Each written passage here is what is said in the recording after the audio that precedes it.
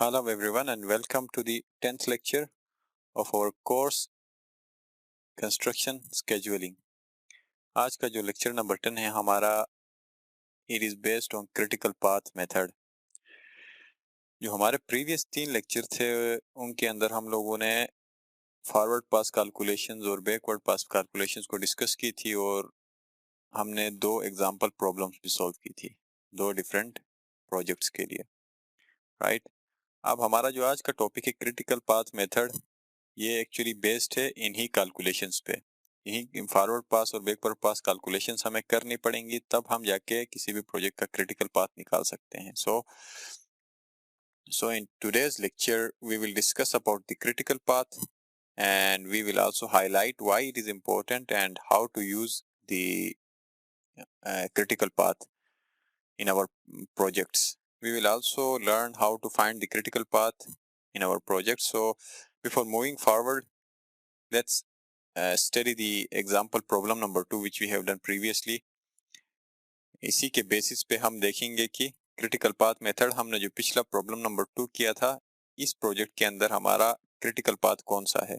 ठीक हो गया, तो इससे क्रिटिकल पाथ निकालेंगे, फिर हम उसी बेसिस पे क्रिटिकल पाथ को डिफाइन करने की कोशिश करेंगे और किसी भी प्रोजेक्ट के अंदर क्रिटिकल पाथ कौन सा है उसको हम कैसे निकाल सकते हैं उसको भी डिफाइन करेंगे। तो इसी प्रॉब्लम के को बेस बना के हम क्रिटिकल पाथ मेथड को समझने की कोशिश करते हैं। तो इसको मैं यहाँ पे नेटवर्क डायग्राम को रीड्रॉ कर लेता हूँ, सही है। तो हमारे पास जो प्रॉब्लम नंबर 2 के अंदर जो एक्टिविटीज थी कौन कौन सी थी हमारे पास, let me draw it with, अच्छा, एक्टिविटी ए हमारे पास था, इसका ड्यूरेशन भी मैं साथ साथ लिख लेता हूँ, 2 दिन का इसका था।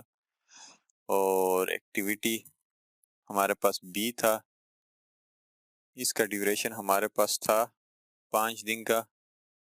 एक्टिविटी सी हमारे पास था, इसका ड्यूरेशन था 9 डेज का।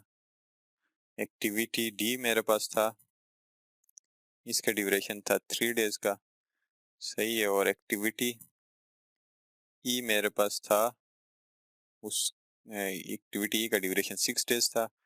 एक्टिविटी एफ था, एक्टिविटी एफ का ड्यूरेशन मेरे पास 4 डेज का था। और एक्टिविटी जी, इसका ड्यूरेशन मेरे पास था 2 डेज का। एंड सिमिलरली एक्टिविटी एच था मेरे पास, जिसका ड्यूरेशन मेरे पास 4 डेज का था। और एक्टिविटी आई था जिसका ड्यूरेशन मेरे पास था 2 डेज का, सही है। तो ये मेरा नेटवर्क डायग्राम था प्रॉब्लम नंबर 2 का। जो फर्स्ट टाइम इस लेक्चर को सुन रहे हैं उनसे ये गुजारिश होगी कि वो पिछले 2-3 लेक्चर्स को सुन ले, क्योंकि ये लेक्चर उसी पे बेस्ड कर रहा है। तो ये हमारा था network diagram of problem number 2। इसको हम बना लेते हैं, फिर इसी के बेसिस पे हम क्रिटिकल पाथ मेथड को समझने की कोशिश करेंगे। तो इसके अंदर जो रिलेशनशिप्स थी वो हमारी क्या थी, एक्टिविटी बी एक्टिविटी ए के एंड होने पे शुरू हो रहा था, सी भी ए के एंड होने पे शुरू हो रहा था, और एक्टिविटी डी भी एक्टिविटी ए के एंड होने पे शुरू हो रहा था। और एक्टिविटी ई कब शुरू हो रहा था, जब एक्टिविटी बी खत्म हो रहा था। एक्टिविटी एफ भी एक्टिविटी बी के खत्म होने के बाद स्टार्ट हो रहा था। देन एक्टिविटी सी के एंड होने पे एक्टिविटी एफ स्टार्ट हो रहा था, और एक्टिविटी सी के एंड होने पे जी भी स्टार्ट हो रहा था। एक्टिविटी डी के एंड होने पे जी स्टार्ट हो रहा था। तो ये नेटवर्क डायग्राम में पिछला दोबारा से बना रहा हूँ, सही है। नेटवर्क डायग्राम को समझना है तो पिछले लेक्चर्स को देखना पड़ेगा। तो ये हमारे पास नेटवर्क डायग्राम था, देन जी टू आई, और इनके जो फॉरवर्ड पास कैलकुलेशन से हमने हर एक्टिविटी की अर्ली स्टार्ट और अर्ली फिनिश निकाला हुआ था। इसमें हमारे पास क्या थी, एक्टिविटी ए का अर्ली स्टार्ट 0 था, 2 था, बी का early start 2, early finish 7, E का early start 7, early finish 11, similarly C का 2 एंड 11, डी का 2 एंड 5, एंड एक्टिविटी एफ का अर्ली स्टार्ट 11 था, अर्ली फिनिश 15 था।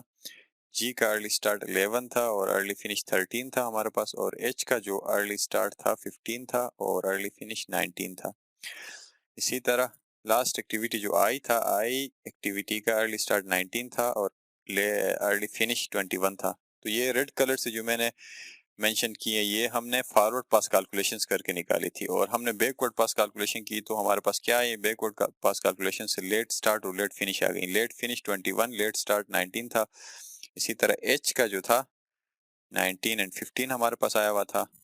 ई का जो है 15 एंड 9 आया हुआ है, और एफ का 15 एंड 11 आया हुआ है, और जी का जो है हमारे पास 19 एंड 17 आया हुआ है, और डी का जो है हमारे पास आया था, इसको मैं ओपन कर लेता हूँ ताकि इजीली समझ आए। अच्छा, डी हमारे पास जो आया था 17 एंड 14, और सिमिलरली बी जो हमारे पास आया था 9 एंड 4 आया था, और सी हमारे पास, सी का लेट स्टार्ट 2 था और लेट फिनिश 11 था, और ए का 0 और 2 था।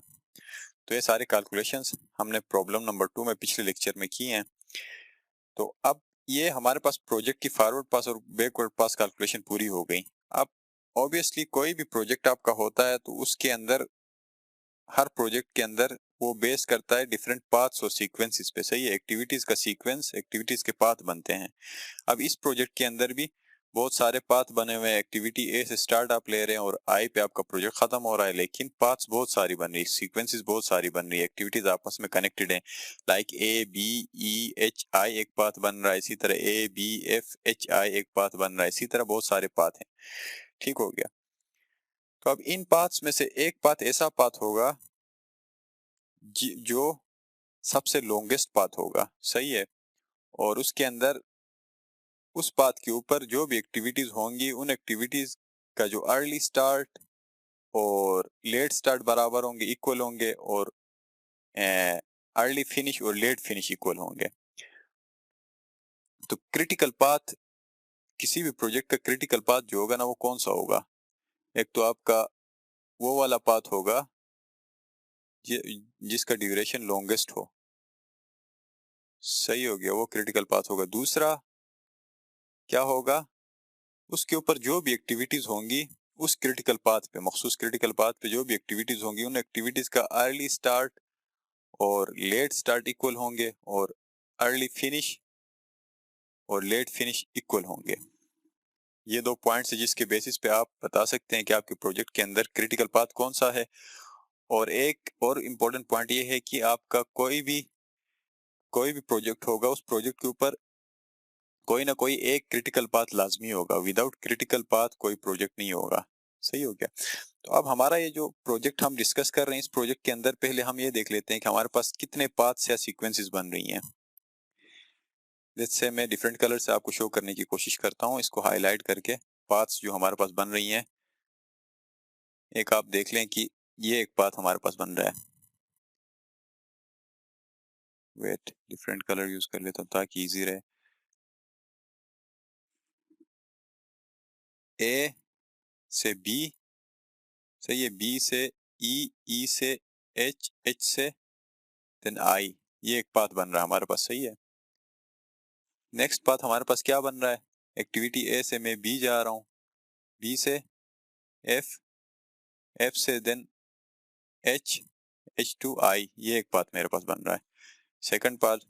And third path is A to C, C to F, then F to H, then I, ये एक पाथ बन रहा है मेरे पास। नेक्स्ट पाथ मेरे पास क्या बन रहा है? ए टू सी, लेकिन सी टू फिर जी, जी टू आई, ये एक पाथ बन रहा है मेरे पास। एंड नेक्स्ट पाथ मेरे पास बन रहा है, सॉरी,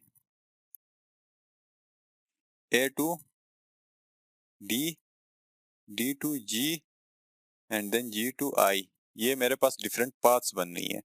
अब इनमें से एक पाथ क्रिटिकल है, तो क्रिटिकल पाथ निकालने से पहले हम देखते हैं कि कौन कौन से पाथ्स हमारे पास हैं।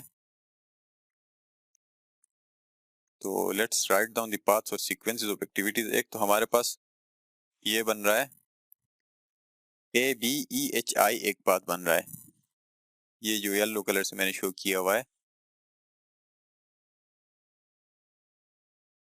कौन सा पाथ है? पहला हमारा ए then B, then E, then H, then I।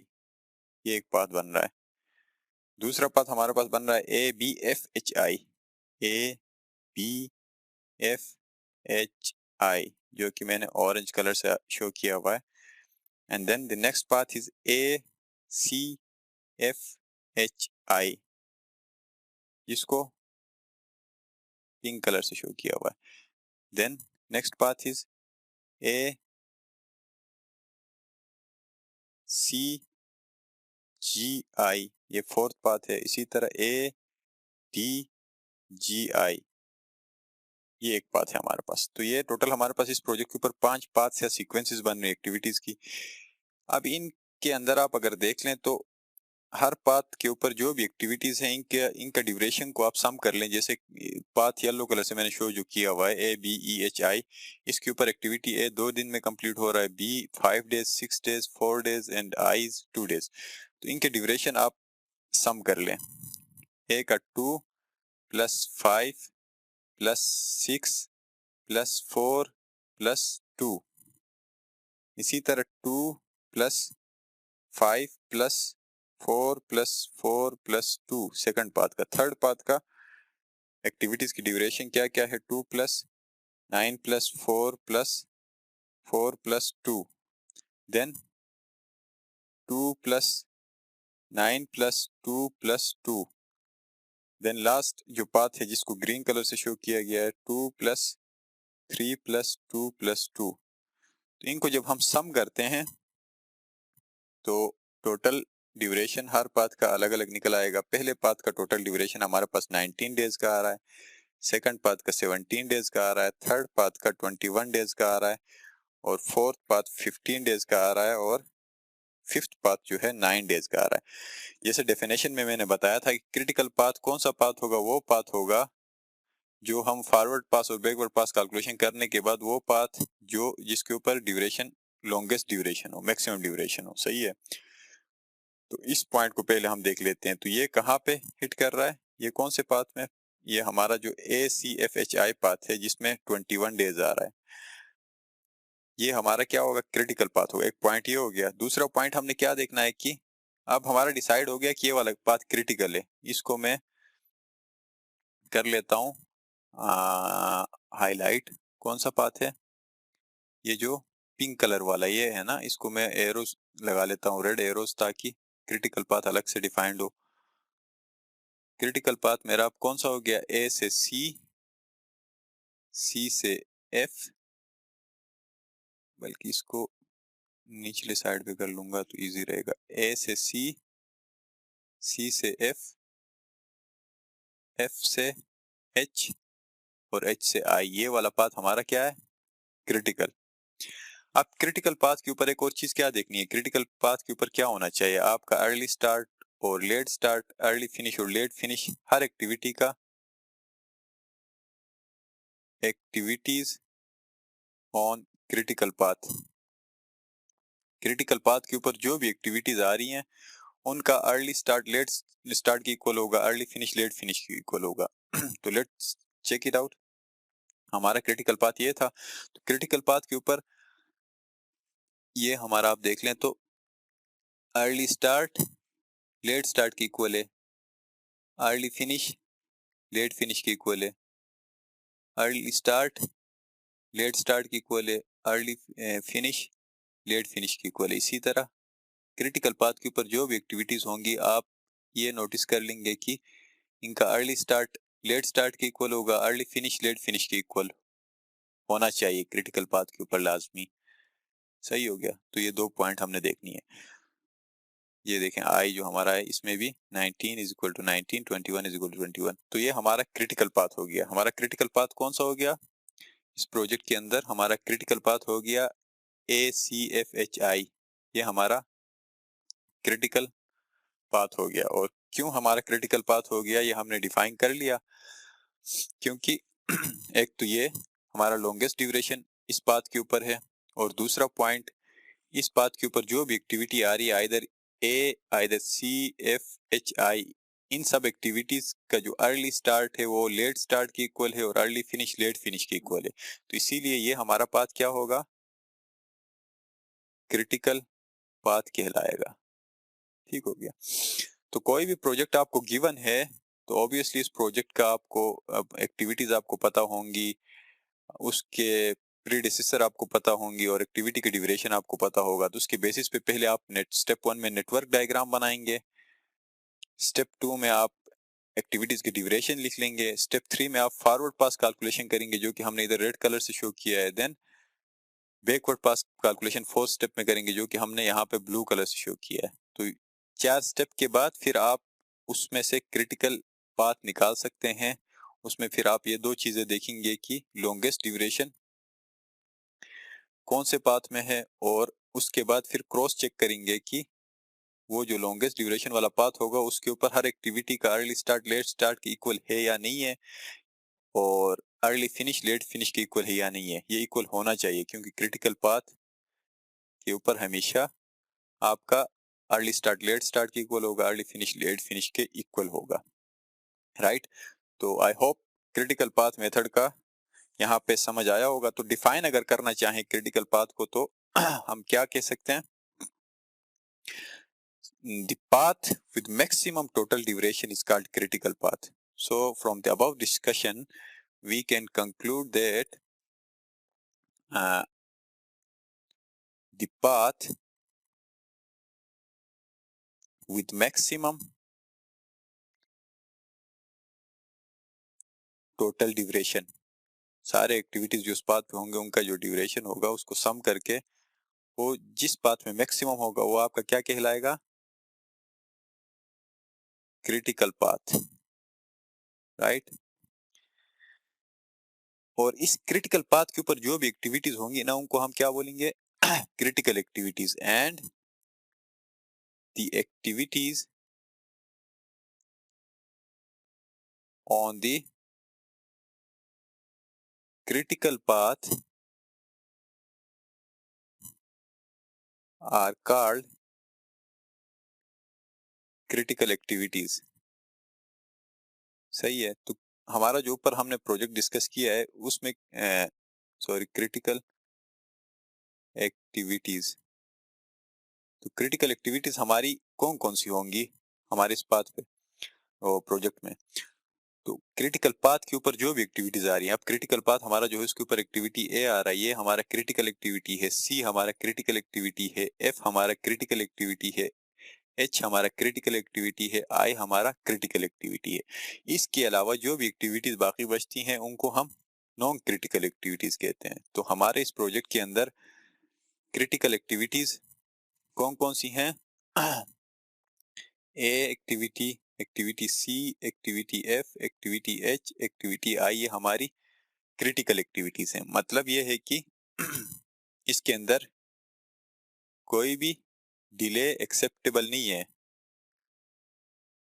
No delay, there should no delay in these activities, इसीलिए क्रिटिकल है। इनमें अगर डिले होगा इन एक्टिविटीज में तो वो डिले जो है आपका या तो एक्टिविटी पे इफेक्ट करेगा, नेक्स्ट जो सक्सीडिंग एक्टिविटी होगा उसको इफेक्ट करेगा, या फिर आपके पूरे प्रोजेक्ट को इफेक्ट करेगा। ड्यूरेशन उसका बढ़ जाएगा, 21 डेज से इंक्रीज हो जाएगा। ऑब्वियसली जब ये 21 डेज से इंक्रीज होगा तो आपके एक्स्ट्रा रिसोर्सेज लगेंगे, आपका मैन पावर ज्यादा लगेगा और आपको आपके लिए कॉस्ट इफेक्टिव भी नहीं रहेगा, राइट। तो ये हमारी क्रिटिकल एक्टिविटीज कहलाती हैं। इसके अलावा जो भी एक्टिविटीज हैं वो नॉन क्रिटिकल एक्टिविटीज। अब हमारे प्रोजेक्ट के अंदर नॉन क्रिटिकल एक्टिविटीज कौन कौन सी रहती हैं, बी हमारा नॉन क्रिटिकल एक्टिविटी है, डी हमारा नॉन क्रिटिकल एक्टिविटी है, ई हमारा नॉन क्रिटिकल एक्टिविटी है और जी हमारा नॉन क्रिटिकल एक्टिविटी, ये हमारे नॉन क्रिटिकल एक्टिविटीज हैं। ठीक हो गया। तो इसी डिस्कशन के बेसिस पे कुछ इंपॉर्टेंट पॉइंट्स डिस्कस कर लेते हैं। पहला पॉइंट ये कहता है कि all the projects will have at least one critical path. जैसे मैंने बताया कि कोई भी प्रोजेक्ट होगा उसके अंदर एटलीस्ट एक क्रिटिकल पाथ लाजमी होगा, सही है। Second point is all critical activities belong to a critical path. मतलब क्रिटिकल पाथ के ऊपर जो भी एक्टिविटी लाई करेगा उसको हम क्या बोलेंगे, क्रिटिकल एक्टिविटी बोलेंगे, And then third point is a delay in any critical activity will extend the project duration. किसी भी क्रिटिकल एक्टिविटी को आप, जैसे हमारे केस में ACFHI, इन एक्टिविटीज में किसी एक भी एक्टिविटी को अगर आप डिले करते हैं तो आपका पूरा प्रोजेक्ट डिले हो जाएगा। जैसे ये एक्टिविटी ए मैंने अगर 2 दिन में कंप्लीट करना है, इससे ऊपर कितने दिन में करना है, एक्टिविटी ए हमने 2 दिन में करना, अगर इसको मैं 2 दिन में नहीं करता 3 दिन में कर लेता हूँ तो मेरा पूरा प्रोजेक्ट 21 दिन में 21 डेज में कंप्लीट नहीं होगा बल्कि 22 दिन में हो जाएगा, एक दिन एक्स्ट्रा लग जाएगा। तो क्रिटिकल एक्टिविटीज के अंदर डिले एक्सेप्टेबल नहीं है। So a delay in any critical activity will extend the project duration, right? And the fourth point is the non-critical activities. Non-critical activities, जो critical activities के अलावा बाकी जो भी activities हैं उनको हम non-critical activities बोलती हैं। तो non-critical activities can be delayed at least 1 day without lengthening the project duration. Project duration को बढ़ाए बगैर, अगर let's say हमारे पास जो non-critical activities कौन सी हैं, B, D, E, G, इनके अंदर मैं अगर एक दिन का डिले कर लेता हूँ, let's say G मेरा क्या है, नॉन क्रिटिकल एक्टिविटी है, राइट, इसको 2 दिन में करना है लेकिन मैं इसको ऐसे 3 दिन में कर लेता हूँ, इससे प्रोजेक्ट की ड्यूरेशन पे कोई इफेक्ट नहीं पड़ेगा, वो 21 दिन में ही कंप्लीट होगा, 22वें दिन में नहीं जाएगा, because this is non critical activity. तो नॉन क्रिटिकल एक्टिविटी के अंदर डिले करने से, एक दिन का एटलीस्ट डिले करने से आपका प्रोजेक्ट का जो ड्यूरेशन है वो इंक्रीज नहीं होगा। And the fifth point is saving time in any non-critical activity does not decrease at all the project duration.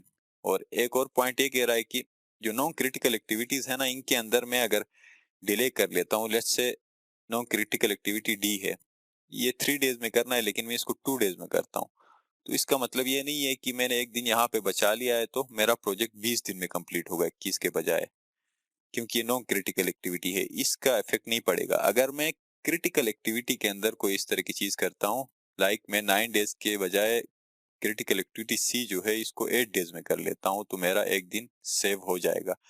तो क्रिटिकल पाथ के ऊपर डेज सेव करने से आपका ड्यूरेशन सेव हो सकता है, डेज को एक्सटेंड करने से आपका प्रोजेक्ट भी एक्सटेंड हो सकता है, लेकिन नॉन क्रिटिकल एक्टिविटीज पे वो इफेक्ट नहीं करेगा आपके प्रोजेक्ट पे। तो ये कुछ इंपॉर्टेंट पॉइंट्स थी।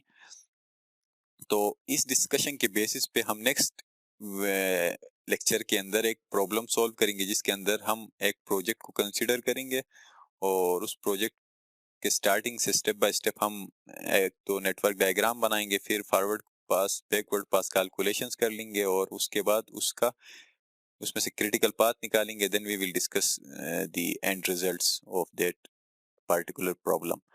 सो for today I think it's enough, so यहाँ पे wind up कर लेते हैं। So see you guys in next video with a example problem based on critical path method. So till then, goodbye, see you guys in next video.